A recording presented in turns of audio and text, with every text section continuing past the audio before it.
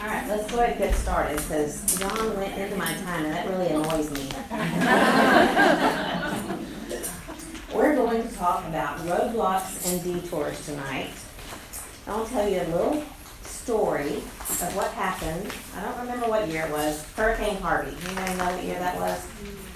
7 or 8 years ago, something like that. But Hurricane Harvey happened on the Texas coast, and it happened down in South Texas. We live in Central Texas. And John decided that he would go down and help with the cleanup one day, or several days, 1 week. And when he came back, the day after he came home, I got in the car. We had only one car. We got in the car to head into Austin. Austin is southwest, east. We are west of Austin, so I was heading east. And I got in the car and I saw that the windshield was completely covered with bug guts and splattered with junk, and it was horrible. It was just terrible. And I thought, wow, I can't see anything. And I was heading into the sun because it was early morning.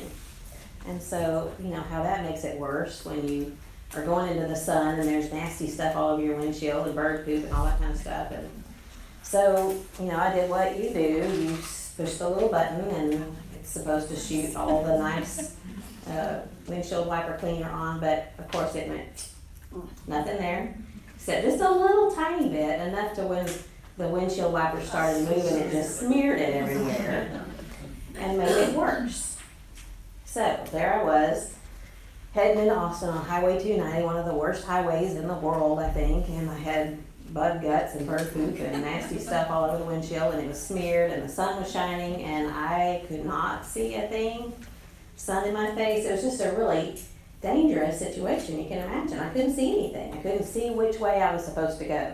I knew I was headed this way. I knew where I wanted to go, but I could not see past my windshield. Didn't know what I was about to hit.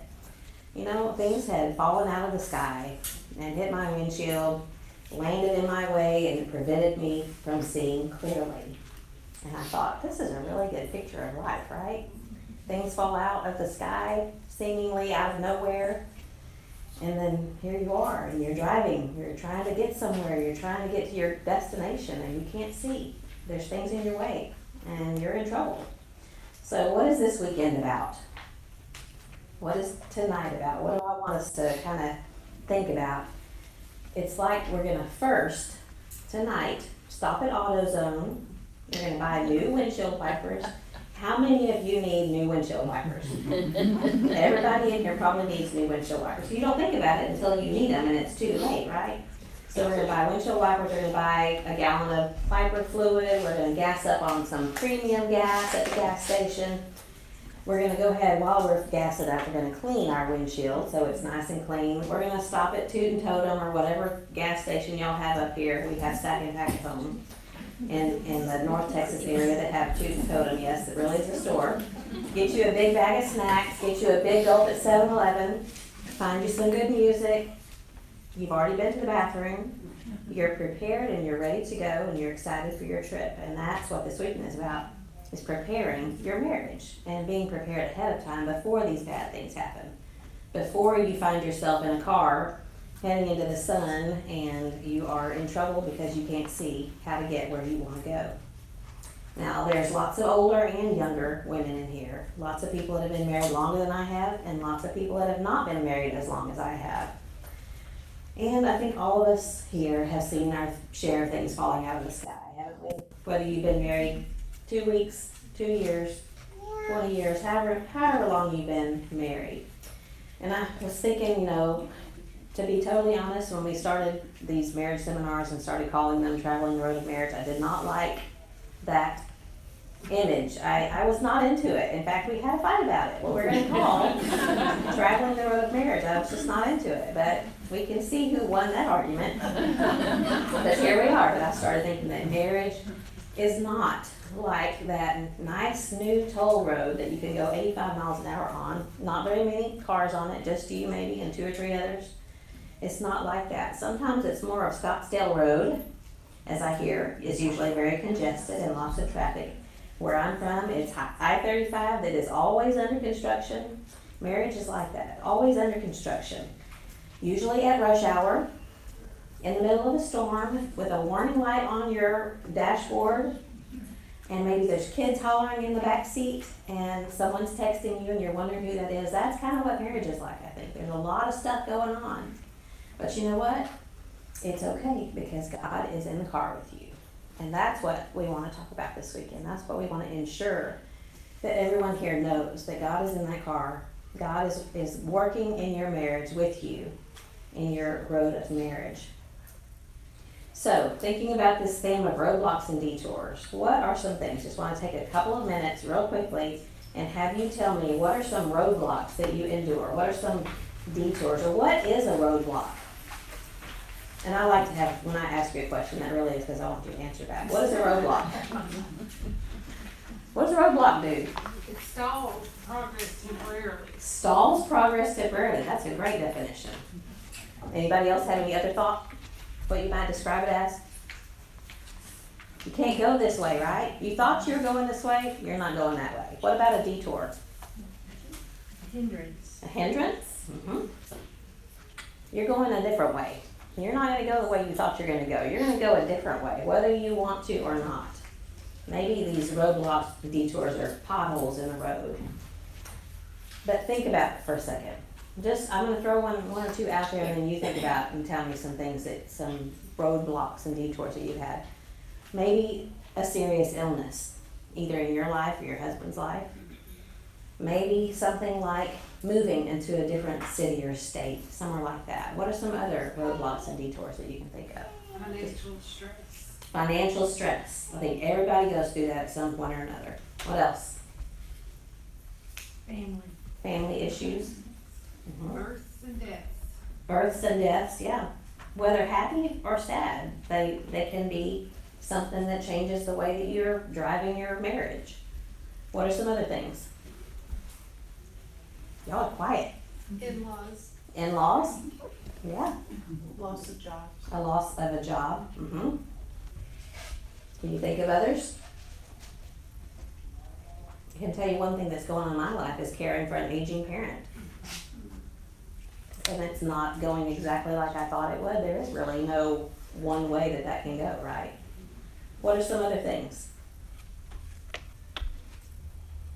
Infidelity. Infidelity. Yes, that is something that a lot of people have to deal with. Caring for children. When children come along, that we want them, we love them, but it really does change the way they were driving, doesn't it?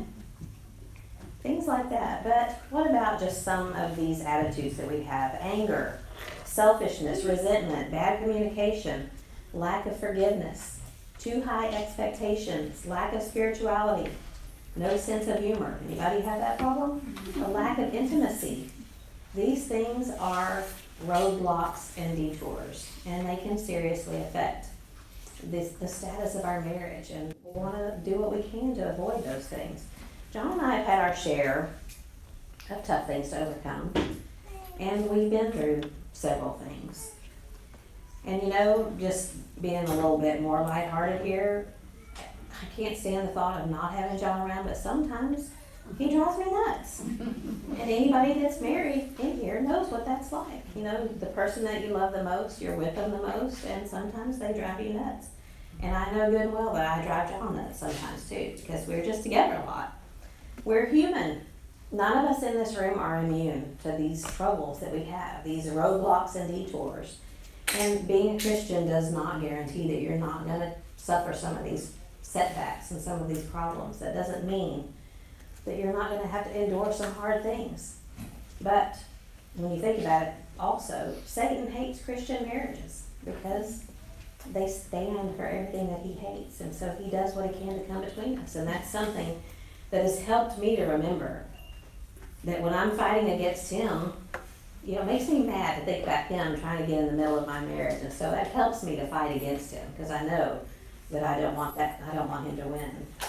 Well, tonight we're going to take a little bit of a backwards approach and assume you have not been to AutoZone. You have not been to the gas station. You do not have your new windshield wipers. You don't have that wiper fluid.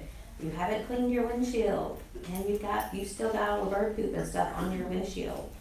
And John would be, he'd tell me I'm being boorish if I'm saying the word poop in here. I'm sorry about that. But you know what it's like when you have that on your windshield. So, here we go. Headed toward every pothole and every confusing detour and every irritating slowdown. All these things that make us miserable. So, in no particular order, let's just say, oh, I should have showed you that before. Sorry, I meant to. There's your windshield. So, how to be miserable in marriage. We're going to talk about how to be miserable in your marriage, how we're going to endure some of these roadblocks and detours. The first one, how can I make sure that my marriage is miserable? Is to sit back and wait for him to do the right thing first. Before you do anything good for him, you sit back and you let him do everything that's right. And then if he does everything that you think he should do, then maybe you can do something good for him. Wait for him to apologize. Wait for him to be the adult. Wait for him to come to you to resolve things. Wait for him to plan the date nights. Just sit back and wait. And there is one of your answers to how to be miserable in your marriage. I found something not too long ago in Scripture that has been really life-changing to me. It has changed my attitudes about a lot of different relationships and a lot of things that I've seen, and this is found in Romans chapter 12, verse 10. And Romans 12:10 in the English Standard Version says, to love one another with brotherly affection, outdo one another in showing honor.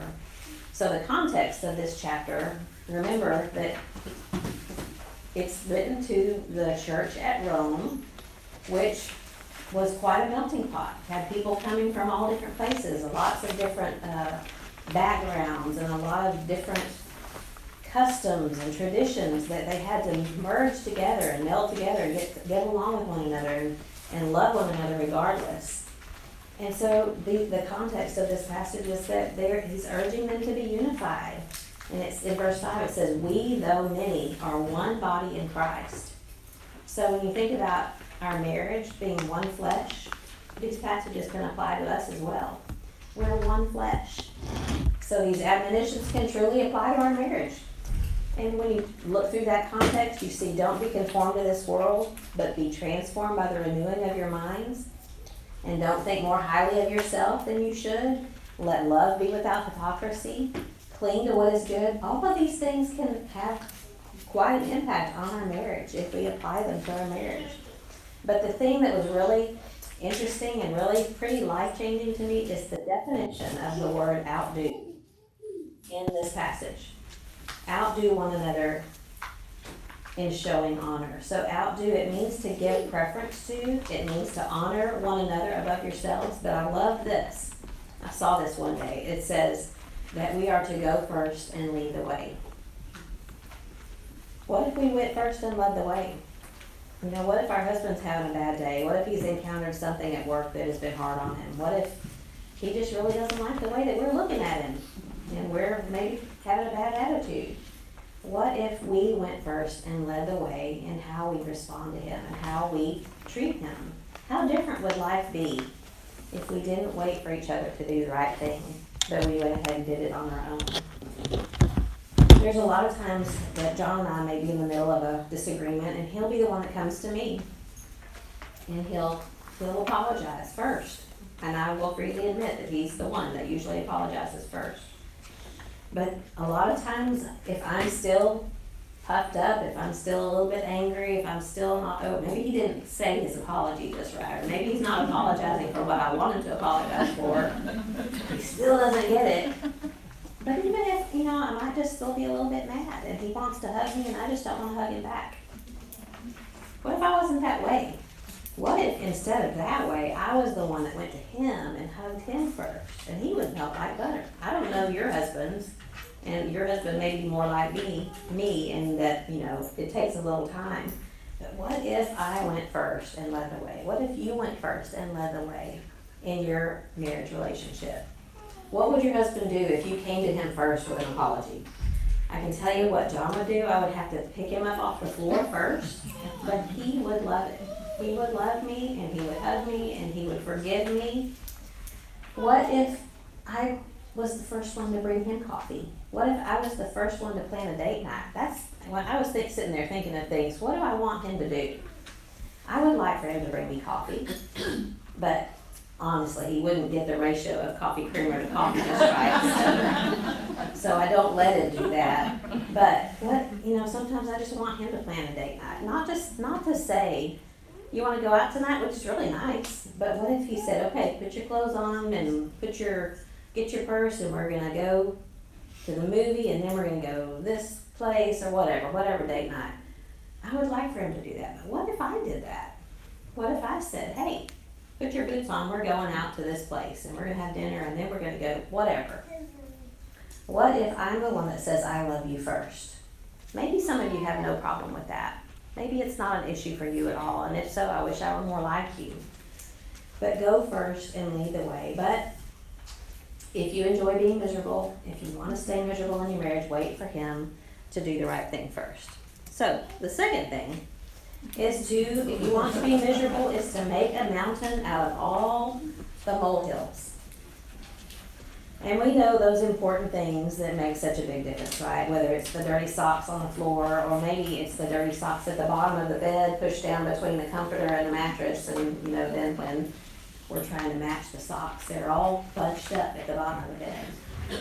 Maybe it's that, and John will probably mention this at some point this weekend, he'll take a glass and he'll take a drink, and then he'll set it next to the sink, and I just want him to put it in the sink.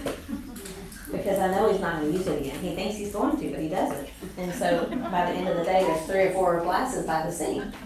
And that's okay. I really don't mind if he has 3 or 4 glasses, but put them in the sink, because then it doesn't look so junky next to the sink. Now you know how my mind works, and it's weird. But that he doesn't do that. He won't do it. John is a flosser. Hillary, wherever you are, you're talking about being a flosser. John is, and a lot of times it doesn't make it into the trash can. Sometimes it does make it partially into the trash can, and that's hanging out. Those things like that, So what are some of your molehills? We can make an argument out of every little thing, whether it's him helping himself to my drink, things like that. He's a little absent-minded, he might forget his glasses. But is it a matter of sin? Think to yourself, is this really a matter of sin, or is this just me being irritable? And usually it's me being irritable. I have to ask myself, is this something in the grand scheme of things that's going to hurt my family, my marriage, or is this me hurting my marriage because I'm not serving his weakness? So we can add to the Romans 12:10 where we're to go first and lead the way. And something that we learned from David Shannon. Now he is the president of Free Hardeman, but when he came to Dripping Springs, probably 10 or 15 years ago, and he did a marriage seminar for us there, he talked about serving your spouse's weakness. And you have to kind of think about that for a minute. What does it mean to serve your spouse's weakness? What is your husband weak in? And I'm not asking that question for you to answer. Think to yourself, what is some of his weaknesses, and I'm not necessarily talking about sin, although that could apply. Where is he weak? What are some things that he does that are hard for you to deal with? And I kind of made some of those trivial answers, but there are some other things that are hard for us, and so I don't want to trivialize this. But we can serve his weakness. If John is forgetful, I can help him remember things without being irritable about it, without being grumpy, having to remind him about things. If he's disorganized, I can help him clean up. It's really no skin off my nose if he's that way. I can just do it. Why do we make such a big deal out of it? How can we help our husbands in this area? How can I serve him? Is it going to hurt me to do these things? Or do I have the attitude that it is my honor to serve my husband? And it really changes how we do things and why we do things when we consider that it is an honor to be able to serve him like that. And hopefully he thinks it's an honor to be able to serve our weaknesses, because guess what? We do have weaknesses too. Philippians 2 verse 3, do nothing from selfishness, but with humility of mind, regard one another as more important than yourselves. So it's biblical, isn't it, to remember that others are more important than we are, and that includes our husbands. To consider him that way. Remember in John 13 when Jesus washed the feet of his disciples? This was right before he died. And he was showing service, and he was serving his disciples in a very humble way. And he did that as an example for us so that we would learn how to serve. There are so many things that are minor and unimportant. And I'll tell you what, when something traumatic happens, November the 29th, 2020, John had a heart incident. And that day we did not know if he would live or die. And I came home that night at midnight when they let us leave the hospital. And there was a piece of floss hanging out of the trash can. And it sits right in front of the potty, and when I sat down, that floss hanging out of the trash can, I prayed to God that he would bring John home so that there could be more floss hanging out of that trash can. Thank God that came to be possible, because God was gracious. But, these silly, dumb little things don't matter. They really don't matter. And we get so caught up in our annoyances, these molehills, we make mountains out of them. So think about it before you make a mountain out of a molehill and say, it's not fair. Think about how we risk putting more distance between ourself and our spouse when we're resentful and we become a shrew. And I looked up what a shrew is. I've heard that expression all my life, but then I looked it up. It's a bad-tempered or an aggressively assertive woman. Doesn't sound like anything I want to be. But when we serve his weakness and we cheerfully help him remember things, and when we pick up his slack when he's messy or disorganized, our marriage is going to be blessed. So would we rather be blessed or would we rather be miserable? We can make mountains out of molehills, or we can serve his weakness. But if you want to be miserable, turn every little mountain or molehill into a mountain. The next thing, if we want to be miserable, ignore all of the issues and indefinitely put off resolving them. I don't know about you, but I do tend to stick my head in the sand sometimes. I don't want to know things. I don't want to resolve conflict. Why? Why do we do that? Maybe you don't. Maybe y'all are the types that are ready and willing to resolve conflict. But I tend to avoid it because it's hard. Resolving conflict is hard, and John's going to talk about that, I believe, tomorrow. And it hurts sometimes, doesn't it? It hurts to resolve conflict because I cry, and maybe he gets mad, and then maybe I have to admit that I've been wrong. So let's just not talk about it, and then maybe it'll get better. But it doesn't, does it? Maybe it does temporarily. Usually that's what happens. It gets temporarily better. We both kind of get over it, and we move on, and then we start laughing about something, and then we put it behind us. But if y'all's marriage is anything like ours, when something else happens, that old thing gets drug into the new thing, and then it's doubly bad. So if we don't resolve it, it's just going to get worse. Sometimes we have to have a little cooling off time, don't we? And depending on your conflict resolution style, some of you may want to, let's do it right now. Right now, we got to resolve it right now. And if you're more like me, then it's like, I can't think right now. I need some space. I need you to not be in my face. I need you to just back off a little bit and let me think about this. Well, sometimes we have to figure that out. We have to agree how we're going to resolve this conflict. Ephesians 4:31 and 32 says, let all bitterness and wrath and anger and clamor and slander be put away from you, along with all malice. And be kind to one another, tender-hearted, forgiving each other. Talk to one another, just as God in Christ also has forgiven you. And then Proverbs 15:1 says that a gentle answer turns away wrath, but a harsh word stirs up anger. So what might be a good way of de-escalating arguments? What about if we, in the middle of a fight, we're kind of at an impasse and we don't know where to go from here, and we're both just solidly, no, I believe this, no, I believe that, you're wrong, no, you're butting heads. What if we take a breath and say something like, you know what, I recognize that this is an issue that I have, but I need a little time to be able to think about it. I need to figure out what's making me so upset. Can we talk about this later tonight? I love you, and I will always love you, but I need a little time. Now that's kind of hard to do and say when you're angry and upset, but if you want to be miserable, keep doing what you're doing. But if you want to have a better marriage, think about something like that. You don't have to say those words, but something like that. Just say, I love you, but I can't right now, but like, can we tonight? Don't put it off for a week or a month, but later tonight, maybe you need to sleep on it. But you've got to assure one another that you love one another. And it's gonna be okay. Promise each other it's gonna be okay. I just need a little bit of time, okay? And then go back and resolve it, or try to talk some more about it. And then when you do sit down and talk about it, you've had a little time to cool off. You've had time to think through things and process, and things will get better. And you know, if either one of you is a process out loud kind of person, the other one might need to just sit and listen and not say anything and not gather ammunition, but sit and listen and let them process out loud. And a lot of times they'll come around and figure out, maybe I'm not thinking just right about that.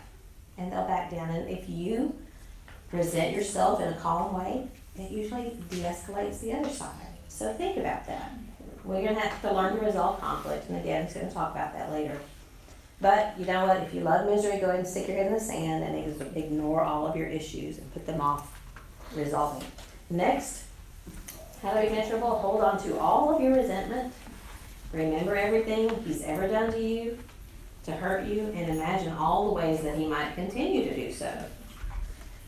Here's a question for you that I do want you to answer quickly. What does resentment look like, and where does it come from? First, what does resentment look like? How does someone look when they look resentful? Disgusted? Does your face show it? And not you, Emily, your face doesn't show it, but mine does sometimes. What else does it look like? What does resentment look like? Anger? Looks like you don't like them. Like you don't like them. And John will tell me that sometimes. You don't even look like you like me. And that's alarming. What else does resentment look like? What's a posture that you take on when you're resentful? Probably silent. Silent? You cross your arms a little bit? Unapproachable. You're unapproachable. That's a very good word to use about that. You put your walls up. Where does resentment come from? Hurt? Mm-hmm. A little pride. A little or a lot of pride. Yeah. Resentment comes from hurt and pride. Here's something to think about, and if you listen to the podcast, you've heard us say this before. Expectations are just premeditated resentments. First time I heard that, I thought, I don't think so. Because I'm not premeditating to be resentful about anything.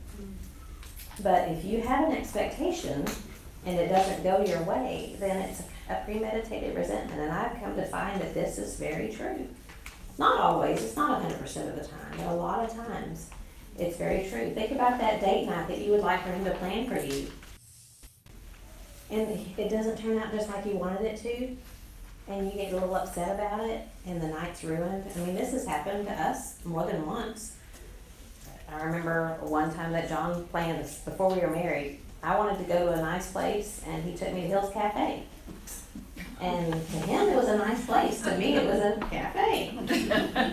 And so I was not happy about it. And I mean, I'm telling you all the nasty things about me, but it was like I was resentful, even though he had done what I wanted him to do, but it didn't turn out exactly the way I wanted it to. So I was resentful. What about we have this idea of how marriage is supposed to be like? And it's not. So we've got this expectation that our marriage is supposed to be here, and it's here, and we're resentful about that because it doesn't fit our expectations. What about our definition of romance? You know, people have different ideas of what's romantic. And if we don't communicate it, we expect him to understand, then, you know, we're set up for trouble there. But we need to communicate it. That's kind of hard to communicate. But when you have a nice, calm discussion before you get resentful, that makes it so much easier. I thought this quote was really good. The root cause of resentment is usually when a spouse struggles for a long time to receive closure regarding past hurts or missteps in the relationship. This often leads to blaming and judging the accused spouse for issues in the marriage, which causes further resentment. It's a toxic cycle that starts with small events, but it builds up and festers over many years. And wow, I think, it's just a cycle, this cycle of resentment leading to other bad things, and it just goes around and around, and it turns out to be terrible. So in order to break the cycle, both partners have to have an open and an honest conversation about the state of the marriage and what led to it and how they can resolve it. So how do we get rid of resentment? You have to pray about it. You have to pray about this. Pray for a spirit of forgiveness. Pray for the ability to see our own responsibility in what led to this that we're in, where we are in the relationship. I've thought often too that resentment can become a habit, almost a personality trait, if we're not careful. It becomes an identity, it becomes who we are, to be resentful. When the day-to-day living is kind of ho-hum, and maybe our relationship's not what we wished it was, we're thinking things like, he doesn't pay enough attention to my needs, or I've asked him before, but he never follows through. Well, and then that leads to a conflict, and then it leads to resolving the conflict, and then it leads to making up, and that's attention, right? So even sometimes, it's like kids, sometimes negative attention is better than no attention at all, and so we have that toxic cycle over and over, because we get attention from it. This may not be you, may not be a problem for any of you, but it's something to think about. Is it something that we kind of like because we get attention from it, even though it's miserable, and it may be making your husband miserable?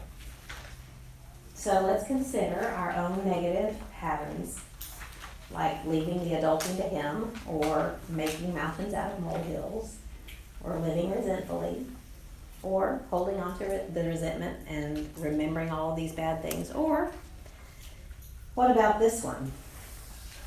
Another one, this is dating me. How many of you know this? Oh, yeah. How many of you remember the fawns? The fawn, yes. So if you're under, I don't know, if you're under 40, you might not know. Emily, do you know what this is? Okay, so the fawns on happy days. Do you know happy days?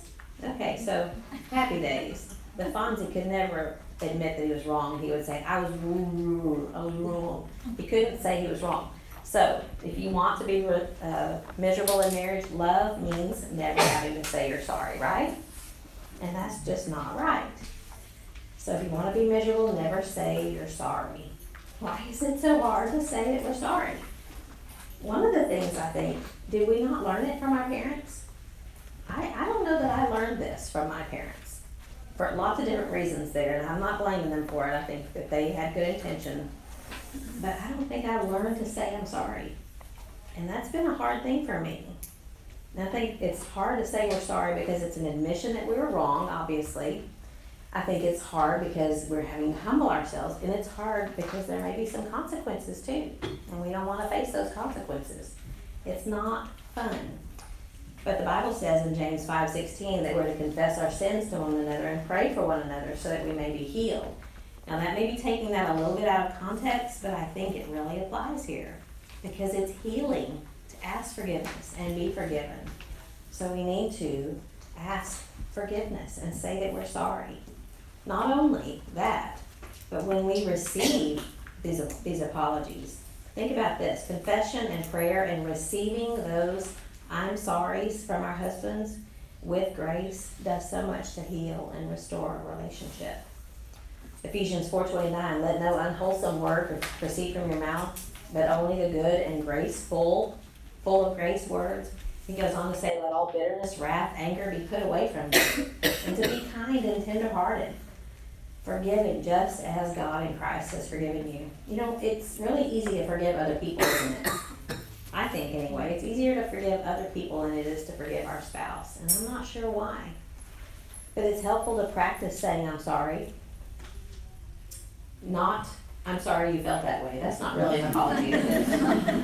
Well, I'm sorry you took offense to that when it was really not my fault and you took offense to that. But practice saying I'm sorry. And be specific. I'm sorry that I said that you didn't look very nice the other day. I'm just trying to pull something out. I'm sorry that I said that. Or I'm sorry that I did this. You know, it's really not that hard, but we make it harder than it is. And I thought, wouldn't it be a great idea if we set aside maybe 15 minutes a day, even just 10, especially if we're feeling some tension, if we set aside 10 or 15 minutes a day to say, did I say or do anything today that might have hurt your feelings? Because I really don't want to do that, and maybe I didn't mean to. You know, when we're cool and when we're clear and things are not in the middle of a fight, if we just said, I just want to make sure that we're cool, that we're okay, that I didn't say or do anything that offended you. And mean it when they come back with something and say, yeah, I kind of didn't like when you did this. Then it's not heated. You know, it's time well spent to have just a few minutes a day to clear the air. But of course, if you want to be miserable, never say you're sorry and never gracefully receive an apology. The next one, if you enjoy misery, wait for him to read your mind. It's another big old roadblock and detour. My mom had I remember this when I was probably 15 years old. Going up the steps to the bedroom, there was a back door that led to the trash can where we kept the outdoor trash can. And she put like one of the bathroom trash cans. She set it by that door that led out to the big trash can. And it was right at the foot of the stairs, so we had to step over it to get up the stairs. And I remember thinking, well, that's kind of strange. Why did she put the trash can here? But I thought, well, maybe she's gonna put something else in it before or whatever. You know, I didn't think much about it. I just stepped over it and went up to my room. And that thing sat there for several days. And then she was really mad at all of us, at me and my dad and me and my dad and my brother, because we had to take the trash out to the trash can. But you know what? We couldn't read her mind. And she was kind of expecting us to read her mind. Now, I've talked to her about this, and I'm not spilling bad beans here. But it was one of those eye-opening things to me that she really was. It would have been good for us to do that, but for all we knew, she had something in mind to do to add to that trash can, and it just was, I didn't like that. I didn't like for her to expect us to read her mind. But I've carried that over, and I probably increased that. And I think, I expect John to read my mind about a lot of things. And then if he doesn't read my mind, then I'm mad because he doesn't know what's wrong. And then I say, well, if you don't know what's wrong, I'm really not going to tell you. So that was one of those things early in our marriage that my resentment would just build, and it would baffle him. He would just be completely baffled. He did not understand what I was mad about. So there was whatever it was I was mad about to begin with, then I'm mad because he doesn't know what I'm mad about, and then he's mad at me, and it's just a big mess. So he can't read your mind. Don't expect him to read your mind. Learn to communicate. And again, that's another thing that John's going to talk about tomorrow. Some of us are very gifted at communication, and we can tell someone what we're thinking easily. Others, we're not real sure what it is. We're trying. We don't know what's wrong with us. But if we are feeling that feeling of he should know what's wrong, then we really need to stop that. That's not good. I speak from experience. We need to take responsibility for our feelings. He may not even have any idea, and that's almost more annoying when he's completely clueless that we're upset about something. He might not have any idea there's anything wrong, and that's not because he's dumb or because he's a man. It's because he's a human, and he just thinks differently than we do. So think about that. Take responsibility for what you're thinking and communicate it. And we need to ask ourselves, what am I feeling and why am I feeling this? Sometimes we just have to identify what the feeling is and figure it out. Is it in my imagination? And then how can I bring this up without it becoming an issue? And instead of being angry for that distance I'm feeling, this is something that I've learned to do, not as well as I should. I'm still working on it. But to say, oh, I'm feeling a little bit of that distance from you. Can we sit down and maybe have a discussion? I need some attention. And, just to laugh about it and say, I need your attention. I need you. And, it just works a whole lot better than if I get mad at him and he doesn't know why. What I really want is his attention. This doesn't make sense to want his attention and to be resentful about it, which does nothing but push him away when what I want in the first place is his attention. So think about that. If it's something, we need help with the kids, we're overwhelmed with life, maybe your feelings are hurt, we've got to communicate it, not just expect him to know what's wrong. and assume that he gets it because he can't read our minds. So swallow our pride, get out of our comfort zone, go sit in his lap. Maybe that's what you need to do. Take him a Coke, ask him to take you on an ice cream date, and communicate how you're feeling. And I know I'm making this sound easy, but it really is as easy as that sometimes, and we make it harder than it is.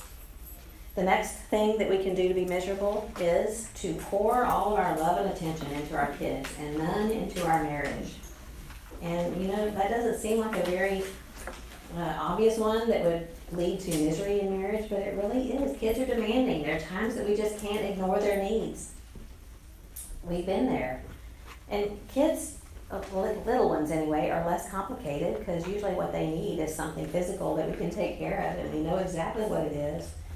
But then they grow up and they move away and it's just the two of you again.